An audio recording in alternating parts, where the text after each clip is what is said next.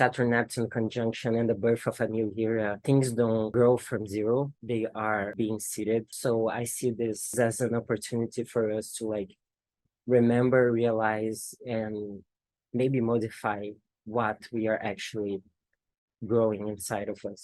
This is kind of like what happens in the critical degrees, is like the energies are stronger, and especially at the last degree, 29 degrees, they are kind of like culminating in something. The earth is pregnant with alternate futures.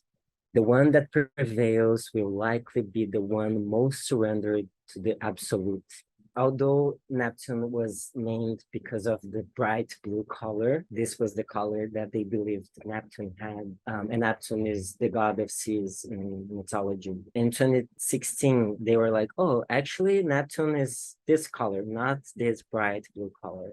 But then last year, they were like, oh, no, actually, this is the color of Neptune. And we don't know, right? I never seen Neptune. I cannot tell you if this is the right color of Neptune. Maybe this year, next year, in 200 years, or I don't know, they will say actually Neptune is pink, Neptune is purple, Neptune is lemon green. I don't know. Neptune doesn't exist. We don't know. Me trying to put together some of keywords and, you know, like things that I find and things that I think are relevant around Neptune. The ones that are in red are like the teams that I'm trying to work with. And this is what I'm saying, like we can go and go and go with Neptune. We can go forever. So we can see here images, photography, visions, dreams, potential for imagination, artificial intelligence, fake news, post-truth, selflessness. And this is something that I think we can talk more about, but I think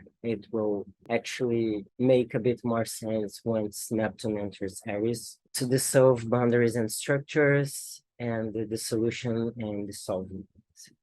War photography started kind of like together with photography. So I did this image here for us to see a bit. So Neptune was in Pisces between 1847 and 1862. And these are the three main wars, and I know there is much more that was happening during these years.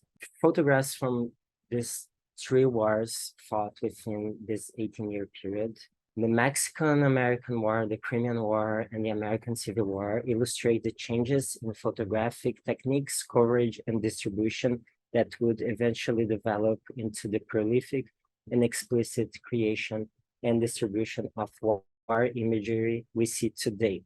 So we see that since the beginning of photography, photography is manipulation also. And this interests me a lot because when we are talking now about artificial intelligence, we are saying this is fake, this is false. And images, especially photography, especially like this archival photography that were like film photography, they are seen as reality. And I'm not trying here to say that this is not real and AI is real and whatsoever, but I'm saying that we have to be careful about saying that one thing is definitely true and the other thing is definitely false.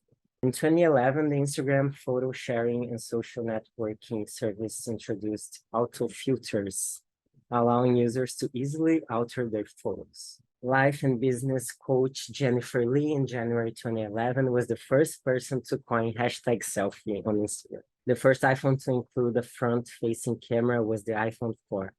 Social psychologist Jonathan Haidt highlights the subsequent ubiquity of front-facing cameras as a significant contributing factor coalescing throughout the 2010s to adversely impact children's mental health. I was like, what was happening politically in 2011? Arab Spring.